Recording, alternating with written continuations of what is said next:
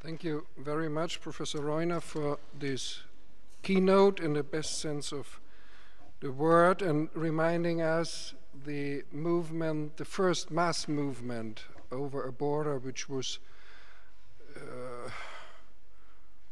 going through Europe and was called the Iron Curtain. 200,000 people, that meant something in those days. And on the other hand, the notion of an overture of 56 for 89 and all the motifs being there, but the question is, who was the composer of this opera? So let us move on, ladies and gentlemen, and as you can see, it might be your opinion that dealing with 56 is a male business. It's the third panel, and we have no women on the panel, which is something which came to our mind not only here.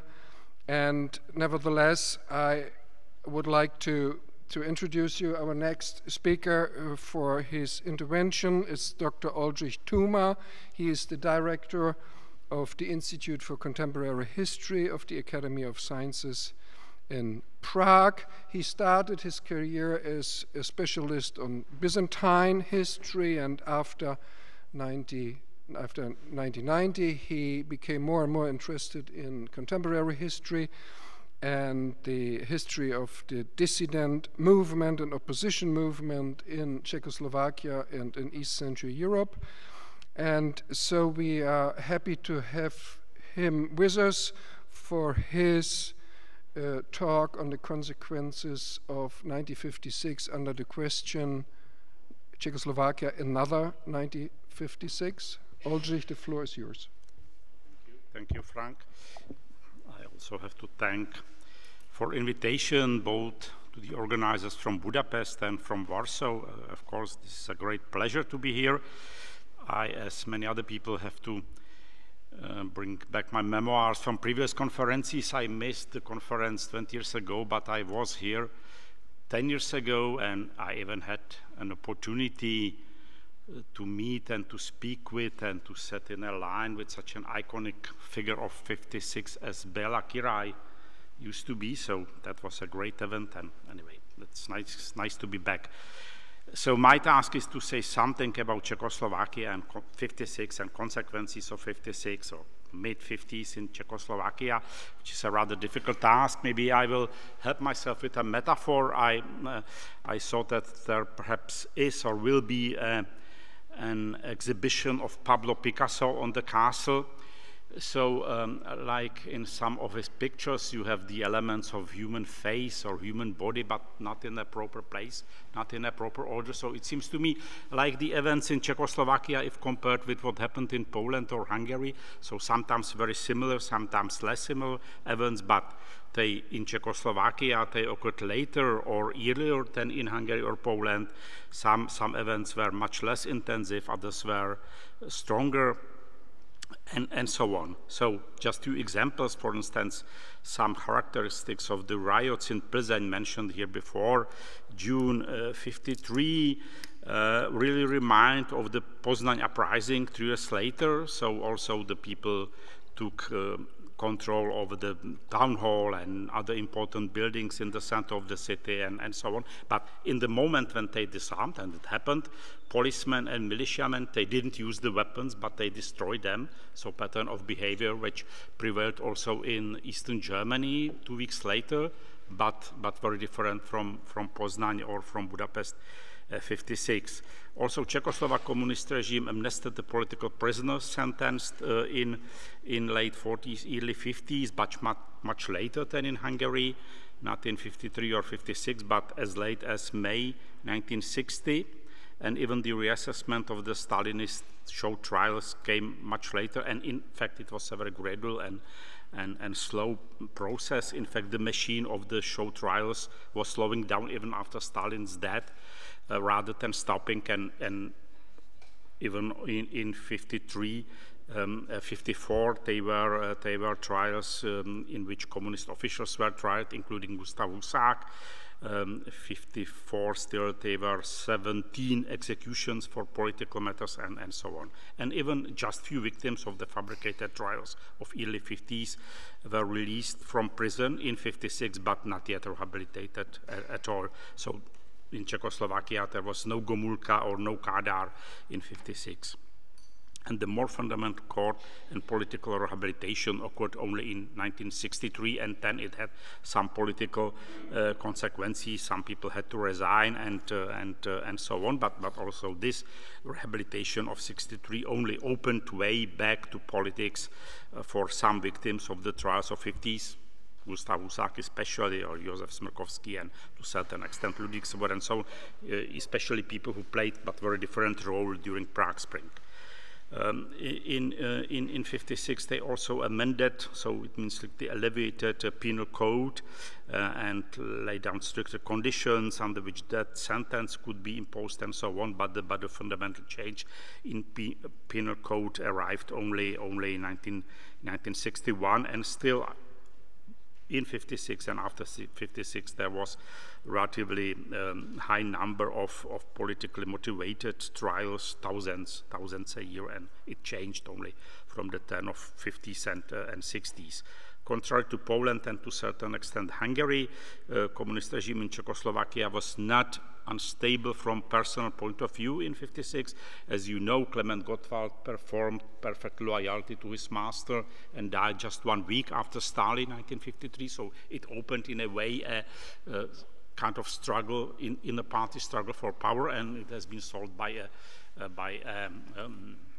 kind of dualism to Antonins. Antonin Zápotocký became president of the republic, and he represented something like a very, not very liberal, but a little bit more liberal direction. And Antonín Novotný became first secretary of the party, but before 56, from 55, something like that, the control was in hands of Antonín Novotný, and there were no personal disputes. When speaking about emigration, 56 didn't mean anything, so the emigration started to increase only around mid-60s due to the changes in travel regulations, and then especially after 68. Another point raised yesterday by Professor Supan, so the results of Second World War were perceived in Czechoslovakia in a positive way, and any thinking about any eventuality of principal changes in international politics were, of course, perceived with a kind of hope for change and maybe for the end of communist regime. So this disappeared completely after 56, but also as a potential threat to reverse the situation as reached in 1945, and especially in border regions, it was perceived that that could be a threat to the situation created by the expulsion of German population, 1945-46. And so the German revanchism and militarism became a permanent tool in the regime propaganda, and to a certain extent it was an efficient tool. And there were almost no historically conditioned antipathies against Russians. So generally pro-Russian sympathies of 45 were crumbling away, I think especially due to the very counterproductive official propaganda, praising again and again anything that originated in the Soviet Union, but the real wave of anti-Soviet feelings was to come only in 68. And also important thing, 56 didn't imply concourse of political and social economic crisis in Czechoslovakia. The regime had diverted or postponed arising economic problems by a radical measure that had stigmatized all the population strata, I mean by that currency reform in 53, but so this reform evoked heavy protest and unrest in certain parts of the country, not only in Plzeň, that the regime brutally suppressed, but it opened the space for a visible increase in living standard for several years to come. And so it was, I think it was an important phenomenon in 56. So there were also the 20th Congress of Communist Party of Soviet Union and Khrushchev's speech, of course, started also a wave of critical discussion within the Communist Party of Czechoslovakia, but the leadership was quite skillful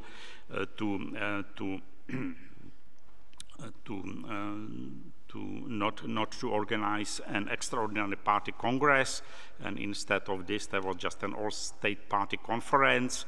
The delegates were not elected in party cells but just nominated by regional committees. There were almost no personal changes with one exception. Gottwald's son-in-law Alexei Čepička lost his position. Of course, they had to mention breaking of socialist law and show trials because Khrushchev spoke about this, but they did it in a very Machiavellist way.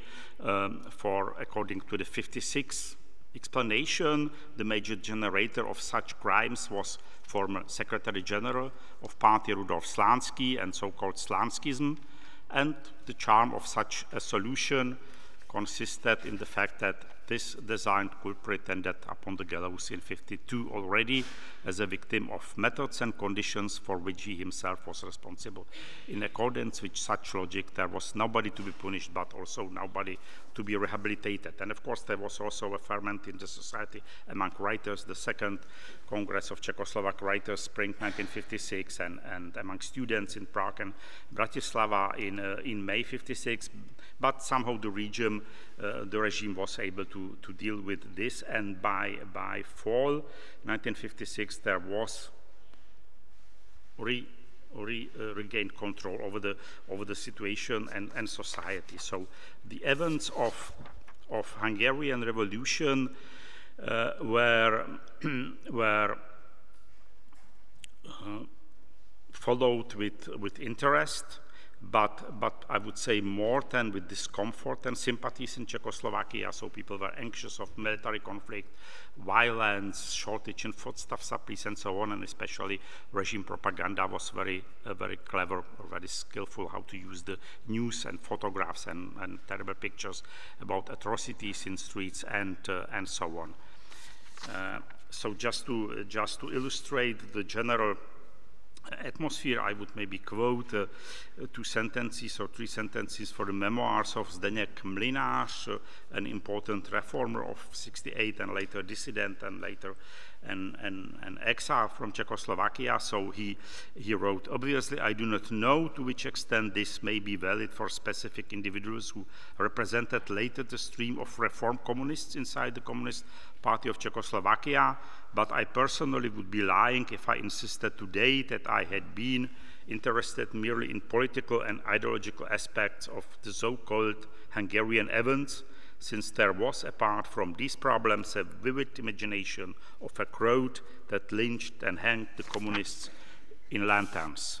And from the personal discussions led at that time with many communists of various generations, I recollect that this idea occupied their minds too. We, the communists, were worried at the time, and it was also about the reform communists or critically minded communists. So the society remained passive in fall 1956, and then there was a certain regime's reaction. In 1958, there was party screenings which focused mainly on examining and evaluating the members' behavior during those debates after Khrushchev's speech and during so-called Hungarian events, and hundreds or maybe thousands of party members, especially intellectuals, were expelled from the party, but in fact, it didn't have any effect on the gradual growth of the influence of reform-minded and increasingly critical members within the party. After temporary alleviation, there was also an obvious tightening in culture. For instance, the example of the book by Josef Škvorecký, The Cowards, which was published but then criticized, and even President Novotný styled himself as a literary critic and commented the book and so on. But also, after a few years, the situation in culture, especially since the beginning of the 60s, there was a reverse trend and more liberalization. Yeah, what's interesting, 58 brought also more temporary increase of criminal repressions, a number of sentences, and so 58 was an exception from the declining trend observable since 53, but it was resumed in 1959. So, because I know there is almost no time, I would resume or summarize that 56 definitely had important, or years before and after, impact on the development in Czechoslovakia. Stalin's death, Khrushchev's speech corresponded with growing, changing atmosphere within society and the party, and growing criticism even among the supporters, people who supported the regime a few years ago. So there was a kind of acceleration in spring 56, but then especially the impact of Hungarian revolution and Soviet intervention made the regime nervous, and so there was a kind of stop of this process of reforms and liberalization, but it returned relatively quickly by the turn of 50s and 60s and accelerated and culminated, as we know, 68 during Prague Spring. So thanks for attention. Could you switch it off? Yes.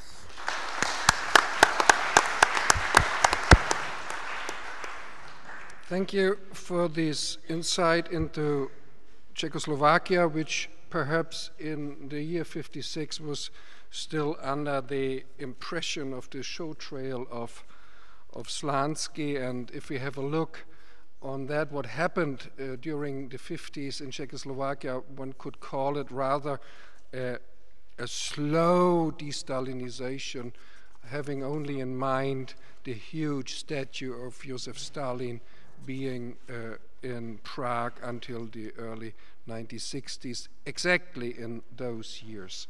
So let's move on, because the lunch is waiting and you are evidently hungry, to Cosmin Budeanca, who is a specialist from the Institute for the Investigation of Communist Crimes and the Memory of Romanian Exile in Bucharest. He got his PhD in oral history and contemporary history at the university in 2008, I guess in Cluj, is that true? And his latest publication is on social, cultural, ethnic, and religious identities in communism, published last year in János, and he will give us an insight into Romania, which was part of the previous panel already. And so, Cosmin, the floor is yours for your intervention. Thank you for intervention, for introducing me. And to the beginning, I want to thanks to organizers to invite me. When I prepare my paper, when I finished, I have 14 pages, and I was scared because it was a lot and was impossible to present all. And I start to cut. And now I'm more relaxed because in the first part of the day, the Stefano Bottoni present a part of the consequences of Hungarian Revolution in Romania. So now I will present my paper, and a part of the information will be repeated. The events of 56 in Poland, and especially in Hungary, had major consequences on the evolution of the communist regimes of the Eastern Bloc, and implicitly on Romanian society. Although much has already been written on the subject, there are still aspects to be analyzed, new perspectives to be considered, oral history, for example, or new sources that have only recently become available, new files from former political police, Securitate. Due to time considerations, I will skip a briefly list with authors who have taken on the subject, and I will present some aspects about the students' movements and the population's attitude. In Budapest, students had a decisive role in the unfolding of events, and students in Romania were influenced by this. In 56, there were signs that young people, especially students, were unhappy with the economical, political, and social situation.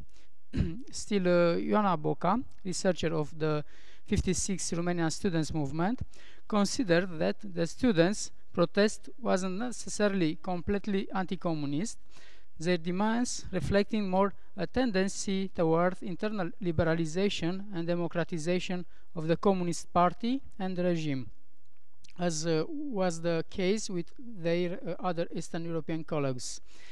The Romanian students' movement took place in the main university centres, Timișoara, Cluj, Colojvar, Bucharest, Iași, and Târgu Mureș, and consisted of meetings, demonstration, and publication of manifestos and posters.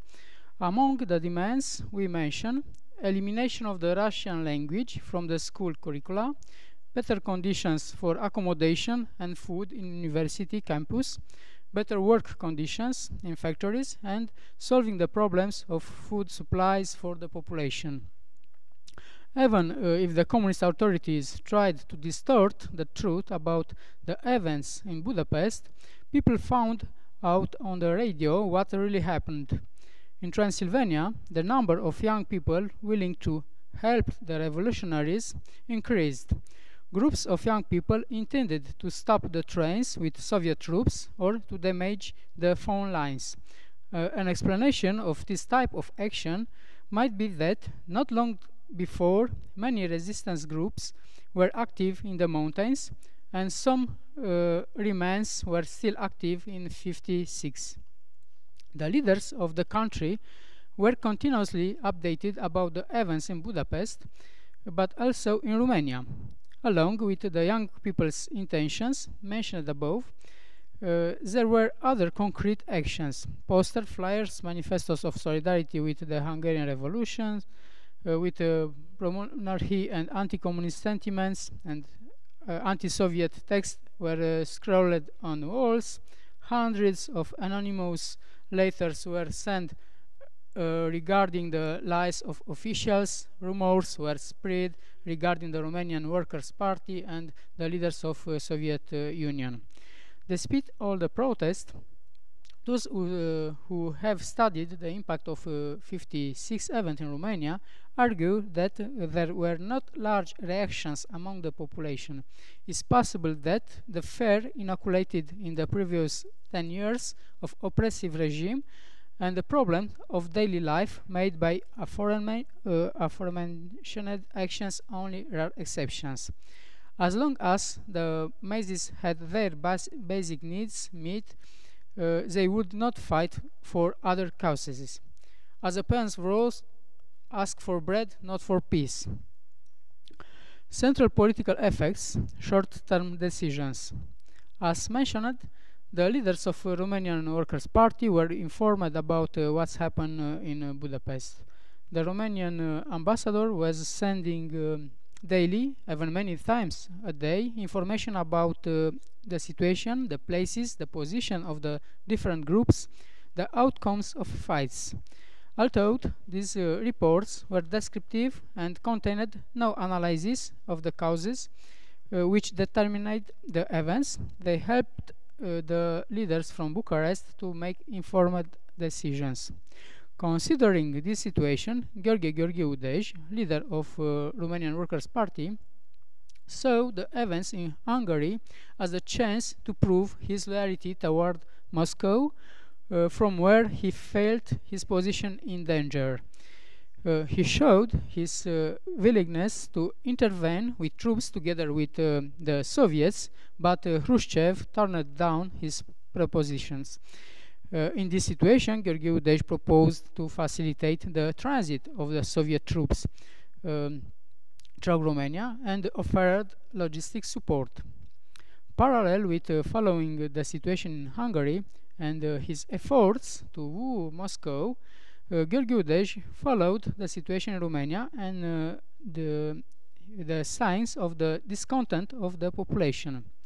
The conflicts and tensions growing out of control were likely to degenerate and would generate in Romania similar events. Thus, starting with October 24, the members of Romanian political office gathered in an extraordinary meeting and discussed the fierce control measures, censorship of correspondence and to and from Hungary, censorship of publication from Hungary, and many other measures. So because time pressure on me, I will skip a part of my presentation and I speak about the long-term effects. While the economic situation of the population was improving, the decision was taken at the end of the year to change the balance between investment and consumption, between funds allocated to the development of the construction industry and those allocated to the industry of consumer goods. Besides these socio-economic measures, the communists also attempted to gain the favor of the population by implementing national communism, realized partially by Romanizing the party leadership.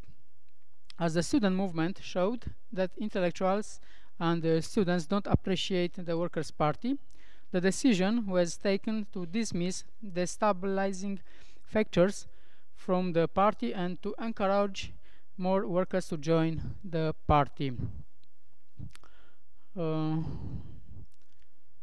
Repression. The communists had met with strong opposition in previous years, and by 1956 not all points of resistance had yet been wiped out. In this sense, the repressive measures were appropriate, with the goal of preventing further manifestation and opposition.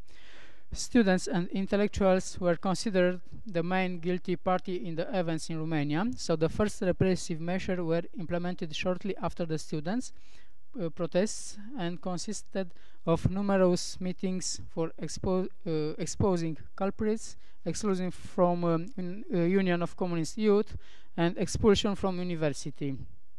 To a fairer image of the extent of the repression, I will give you some official data on arrests. In 1956, to more 2,400 people was sent in a trial, and after that, in the number of the people who was sentenced to prison was more 25,000 people. So I will skip the effects on minority, but I want to say the effects affected the Hungarians and Germans from Transylvania, because they was considered like a sensitive part of the population, and have a possibility to inform and to react to the events from Hungary. Few conclusions. During the events of 1956, there was not much opposition to the regime, aside from students. Still, there was much interest in what was happening in Budapest. The Hungarian Revolution had contradictory effects. In the short term, it encouraged dogmatism. In the long term, it pointed Gergő Dej's theme toward national communism, still hostile until the end towards any reform. Although Gergő Dej had a reaction similar to Moscow's to the Hungarian crisis, he understood that his only chance at political survival was to distance himself from Moscow. Those tensions increased between Bucharest and Moscow after the events in Hungary and culminated in 1964. Although Soviet troops were withdrawn in 1958, this was strategically calculated by the Soviets, albeit with clear connections to the Hungarian Revolution. Among the effects of the Hungarian Revolution, besides the withdrawal of the Soviet troops, were the change of the attitude toward the minorities, the introduction of the national communism, the change of the balance between investment and consume, and maybe the most important in our opinion, the massive wave of repression, where tens of thousands of arrests and convictions affected the society very intensely. Thank you for your attention.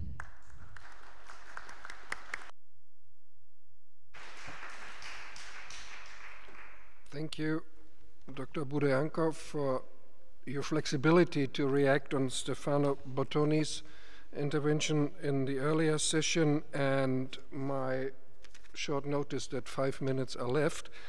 And the piece you skipped on the influence on the minorities, especially on the Hungarian minority in Romania, could be a possible link to the Czechoslovak case if you have Slovakia in mind, but this is an issue for a debate afterwards. So let's continue and come to our last speaker today. Here in this panel is Professor Jan Rydel, who is a historian and a researcher on East Central European and especially Polish-German relations. He was until 2010 a researcher and professor at the Jagiellonian University in Krakow, and now professor at the Pedagogical University at the same place in Krakow. We met for the first time when he served as the head of the Office for Culture, Science and Information of the Polish Embassy to Berlin. And in those times he had been writing about a forgotten story about the Polish army at the end of the Second World War and the German territory. And his last book, which was published a couple of years ago, is on politics of history in Federal Republic of Germany, the legacy, the ideas, and the practice. And Professor Rydel, the floor is yours, and as you could see that all of us used the headsets when Professor Reiner was speaking, that will be in English as well. Okay. Thank you. Just like the Hungarian Uprising of '56, the events of the same year, commonly known as the Poznan June and Polish October, have had much impact on the Poles' awareness and played a massive role in shaping modern political thought in my country, although the consequences of the events in Poznan and Budapest, particularly when seen in short-term perspective, fall into two separate categories. According to most recent reports, the day-long Poznan skirmishes and fights of 28 June resulted in 58 deaths, including 50 protesters, 4 soldiers, as well as 4 members of militia and security officers. While a total of around 600 were injured, including 28 soldiers, 15 security officers, and 7 members of militia. On the night from 28 to 29 June, the militia conducted mass arrests of more than 700 persons. Many of the detainees were beaten and tortured during the investigation. In September '56, indictments against 123 participants of the Poznan protests reached the courts.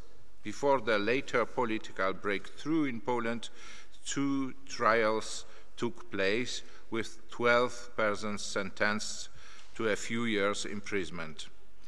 The 3rd trial and all the others were interrupted. Just 3 persons served the entire term in jail.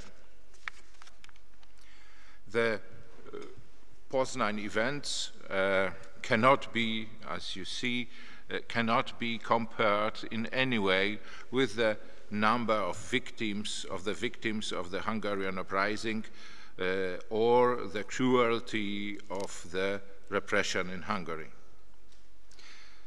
Aware of the disproportion of these 2 tragedies, the poet Tadeusz Śliwiak wrote in his 1956 poem under the title A Word About Blood, which incidentally stands the test of comparison with best romantic political poetry.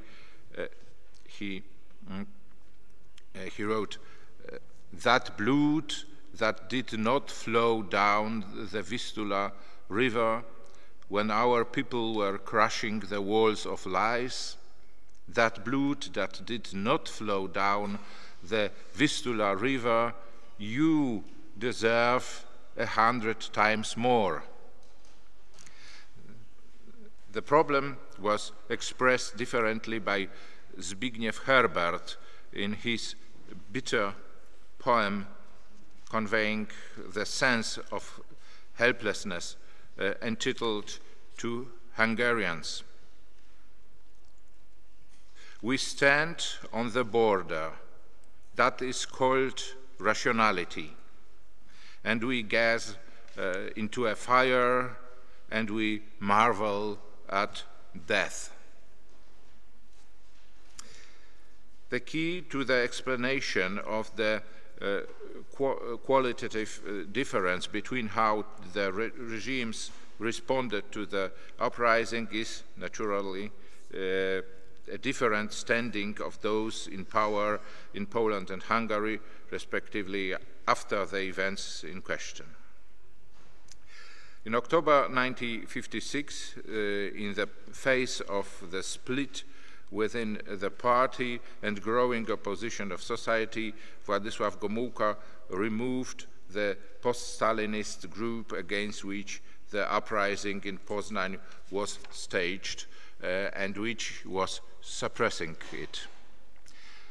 For that reason, the June protesters were, as if by default, becoming allies of the new party leadership and delivered legitimacy to them.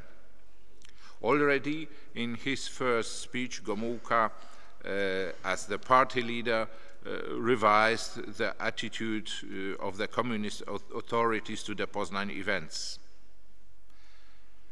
Prepared or already initiated trials were stopped, and in June 1957, 1 year later, representatives of the authorities were laying flowers on the graves of the victims.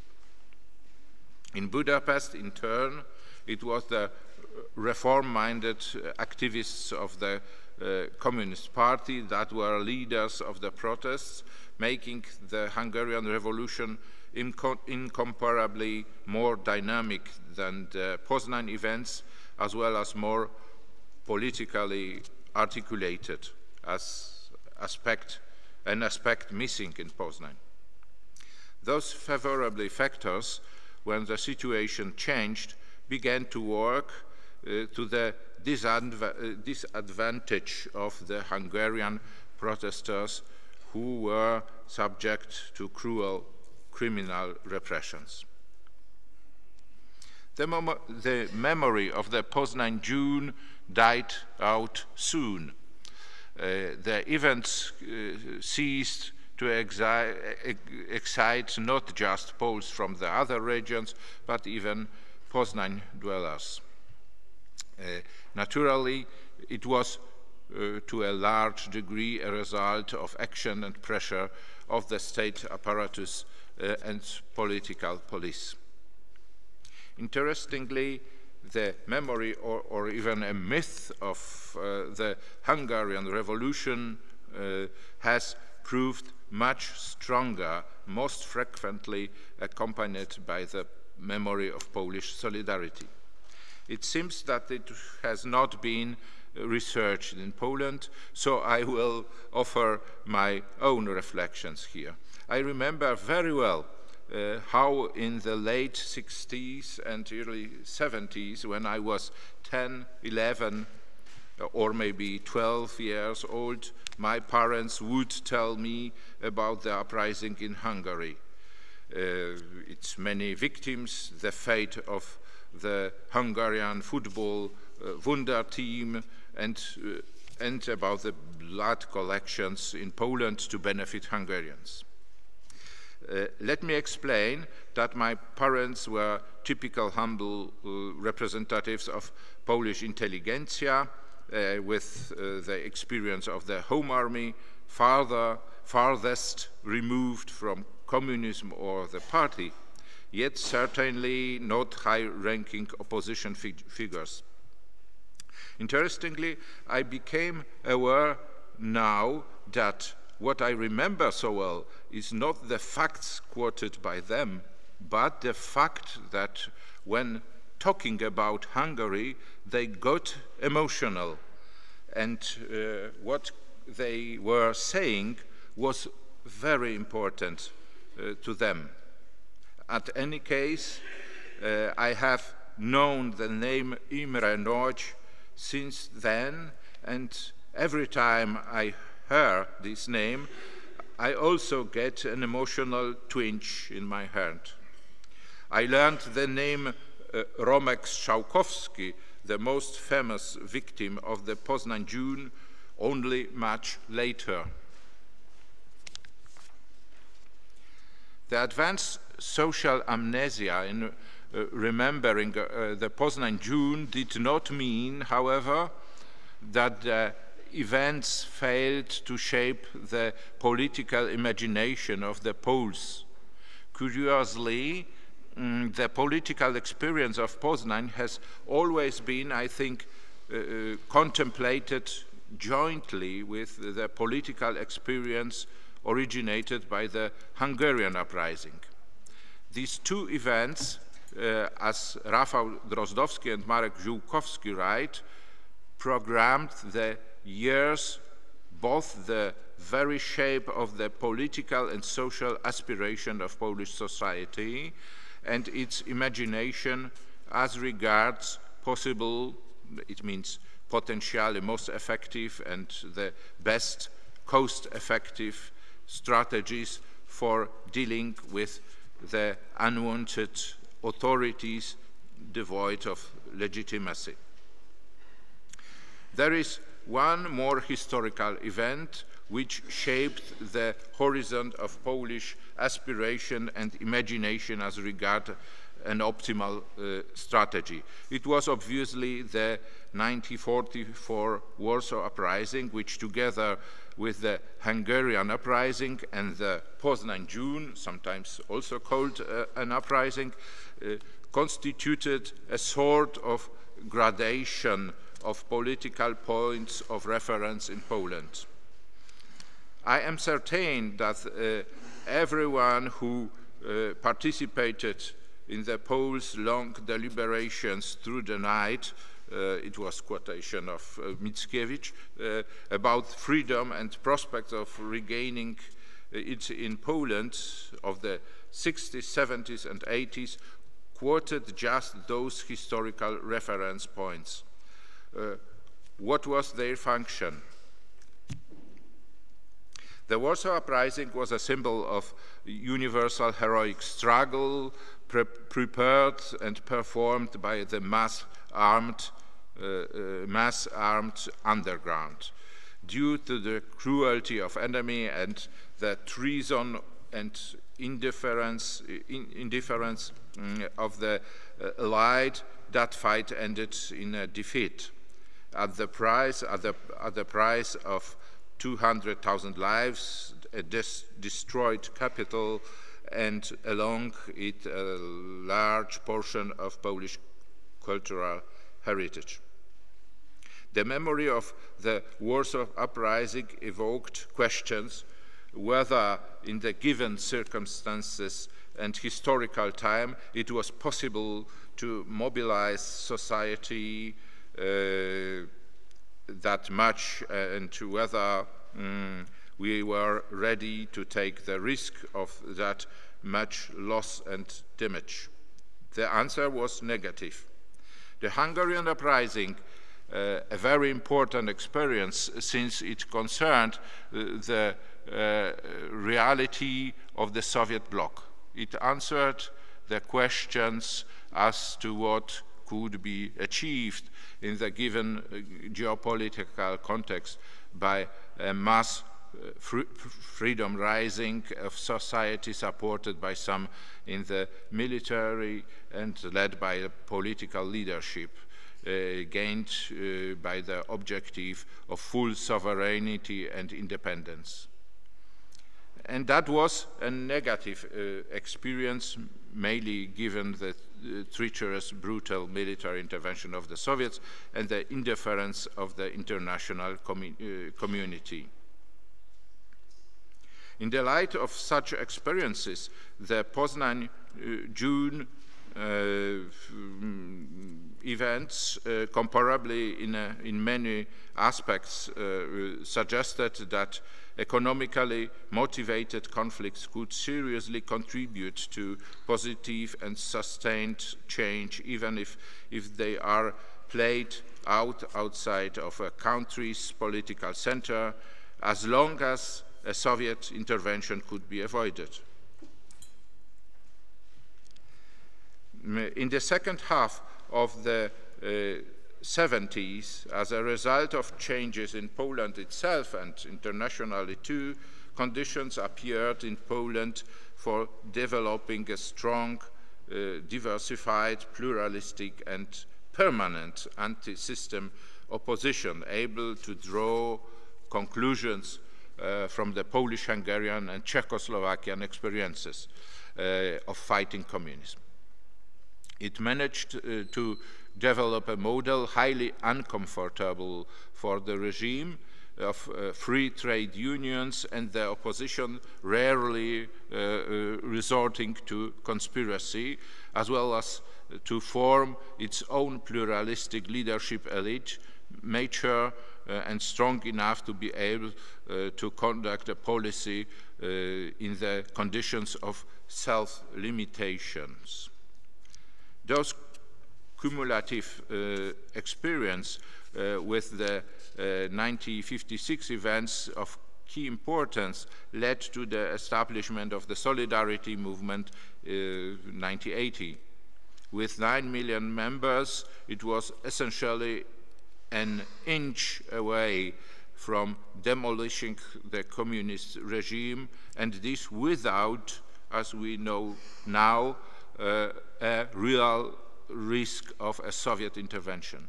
General Jaruzelski martial law may have kept the regime alive for a few years, yet its ultimate fall was already evident. Thank you very much.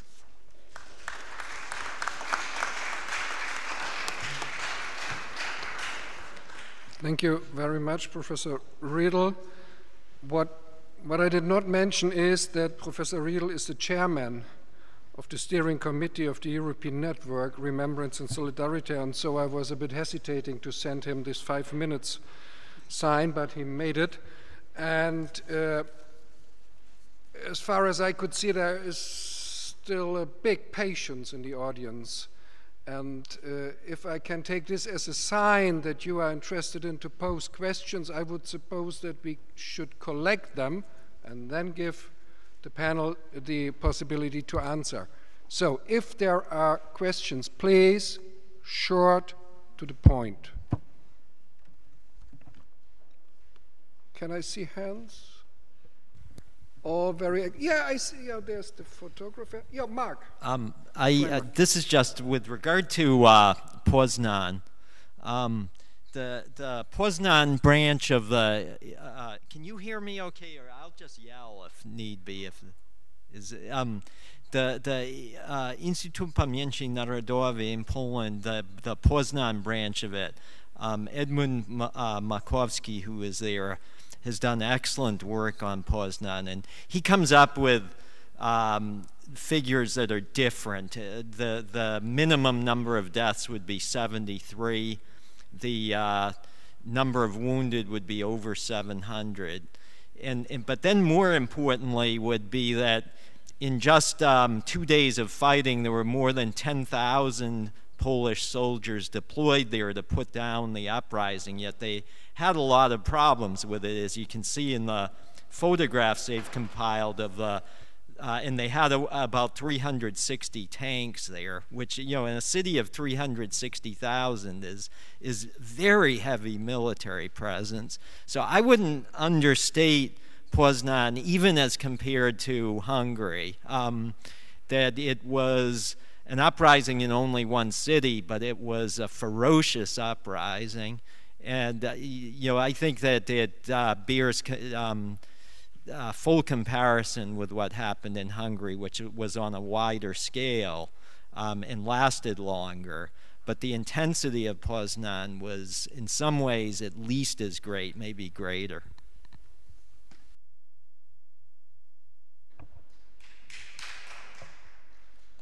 Okay, so I don't know if Professor Rydel is ready to stress this argument that the Polish 56 was not a full-fledged revolution, but it is compared to that what happened in the other East Central European countries to be taken seriously, and if he has some other figures concerning this idea to make sure that it is to be taken seriously even by the facts and not only by the personal remembrance, as Professor Rydel was talking, so perhaps he could react on that. Are there other questions? This seems to be not the case. So thank you very much for the patience, for the interventions and the keynotes from the panel, and now enjoy the lunch, and perhaps you can have some time to go outside. It's the Blue Danube in a real sense of the word. Thank you.